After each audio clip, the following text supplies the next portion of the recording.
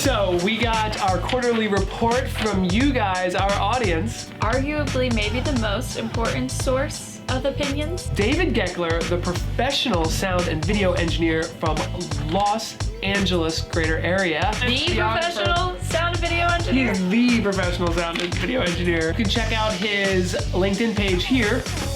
Check him out if you need help with video. He's helping us so much today. Look at this.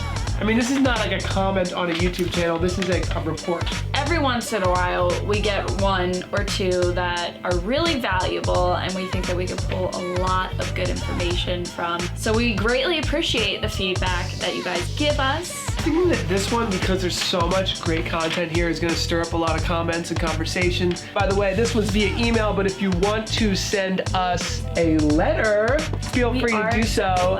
We are going to be taking letters in the mail as well, but let's dig into it. I'll start here by saying, obviously our space here is an office space. I think it was like a lawyer's office. It was originally intended to be an office space. Actually, fun fact, it used to be a church. Yeah, it was a church. It's been divvied up into it. So it's not ideal, but what David's saying is that we should get a better space. And I want to confirm what you're thinking, because the space you now have does not satisfy the ideal needs. If we blew out some of the walls, so what walls do we need to knock down? I'm thinking, well, if we knock this one down, we'll basically be breaking into the neighbors, so that's not possible. Saying, I know that's not practical, but what you really need is a real studio space between 1,000 and 3,000 square foot, where you've got some office space around it. So you could have 4 or more sets. And we have about 4 sets, don't we? We do, and so we're getting there. And then one central control center. So that would be awesome. He's configured many giant Hollywood studio spaces into one central control center serving 2 or more sets. And of course, the first thing that you look for is a large space, and you think about the neighbors, AKA the noisemakers, because there's only so much soundproofing that can be done. He does design recording studios as well. So that would be awesome if we could knock down. Which walls would you like to knock down first? Maybe the one that's not my office wall. So next is the concept of the central control center, which solves many technical problems. One, our DPA headset microphones are great, and our low-end Shure wireless system, which is true, it's a BLX system, would work great in any space, but frankly, we should work on our current space. All that would be needed is to move the receivers to a better cable back to the mixer. Now that's something we can do. Yes, David. that's something we could definitely do. Oh my gosh. It's okay. Your cool new computer with vMix would be the central control computer for streaming, and your new podcast mixer would be your central control center, CCC for short, mixer. Wondering what that meant. David, you don't like my control center? This baby here, you might have saw our video on this, might actually help us automate quite a bit. This is the Stream Deck. It's USB connected to our computer. Reason why? One button to turn on vMix, vMix Social, Facebook, Twitch, YouTube, a CPU usage monitor, and then we also have the ability to quickly control the cameras. And you can set up profiles in this as well. So you can have a whole profile for PTZ cameras, a whole profile for different sets. And I'm pretty sure we could actually do lighting control with this. The issue with the DMX lighting, as I mentioned, the DMX here, see like this one takes Ethernet DMX. That one up there does DMX 5 pin. The other one does DMX 3 pin, and that was just a complete mistake on my part. If you're designing a studio, think about DMX before you buy your lights, not after, because it is a pain in the butt. Control and feed all audio inputs to your new computer. It's a Digimix 18, so we have 18 channels, that's plenty. Many cameras could cover 2 or more sets, so our PTZ cameras could be put like in the middle maybe, requiring less cameras than you need before, but leaving lots of room for constant experimenting that we all appreciate. Oh, we appreciate you appreciating our experimentation. And the central control center is a great idea. There's a little bit of communication that goes, a lot of communication that goes on with Michael and you and I, like straight up all the time. And so having him in the same room is ideal for the way that we work. I couldn't imagine. The only thing that would be awesome, and we do have this, is the earpieces. Inner ear monitors. So he could talk to us. That's a possibility. He would have to if he was in another room. We would need a glass wall type of scenario. Yeah, something like that. Now, if we had a bigger studio, we might be able to build that. We looked into the glass wall. That was going to be more expensive than we had time for. Now, here's an interesting one. Your new teleprompter is more work than it's worth. I assume they gave it to you. That's true, we're still working on the details there. As it is not the most cost-effective prompting system, and prompters are not rocket science.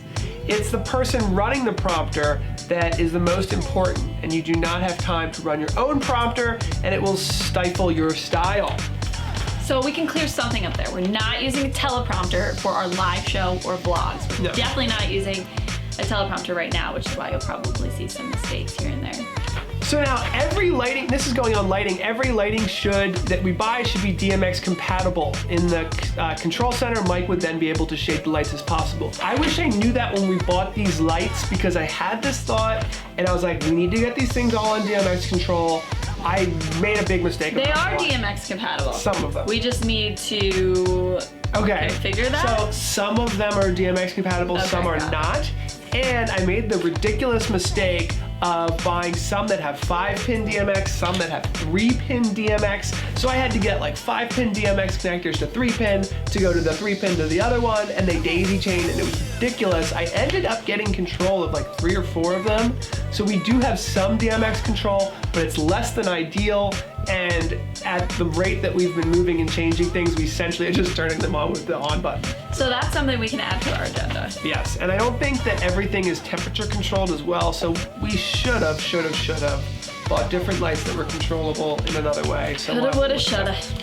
Now, we need to work on our backlighting. In fact, tighten up all your lighting. Mike needs to do a better job of noticing and fixing shadows on you and Tess, and should not have to worry. We shouldn't have to worry about that. That one hit hard. Let's see here. It'd be worth bringing in a real lighting person who knows TV lighting to consult with you. That's definitely something there. Who wants to offer pro bono lighting services?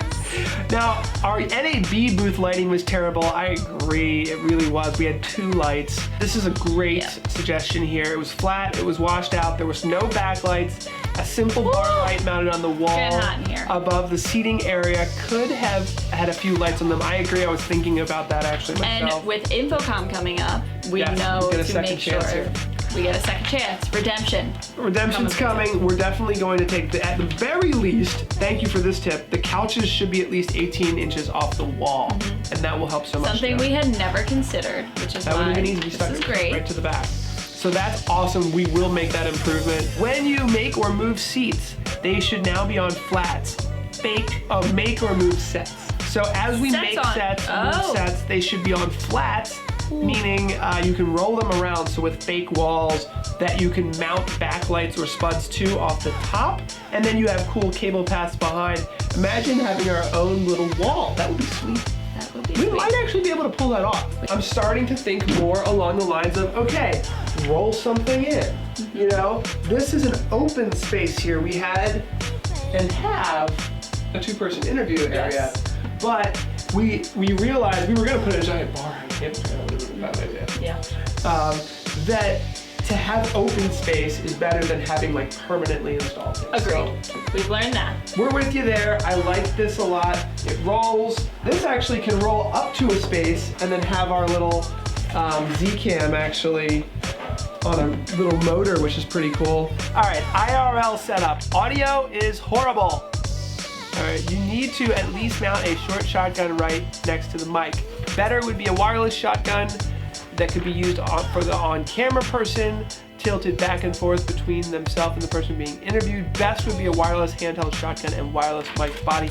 With the camera that we use, could we have 2 microphone inputs into the camera? I think it's possible, yes. I actually have a wireless digital SLR microphone system that we can try. Okay. We kind of ran out of time. I was testing, just for simplicity, a wired XLR mic that had 3.5 millimeter. Didn't work. I don't know what's going on. I don't know if it needs to be a powered output to go through to that.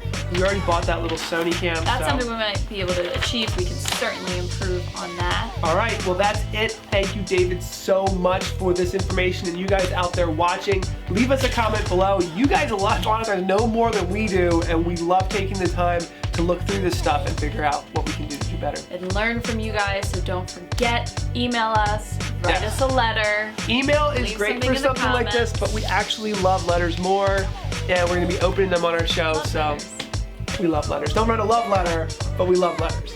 At least not to me. You can write one to him. All right, bye everybody. Thanks for next watching. See ya. time.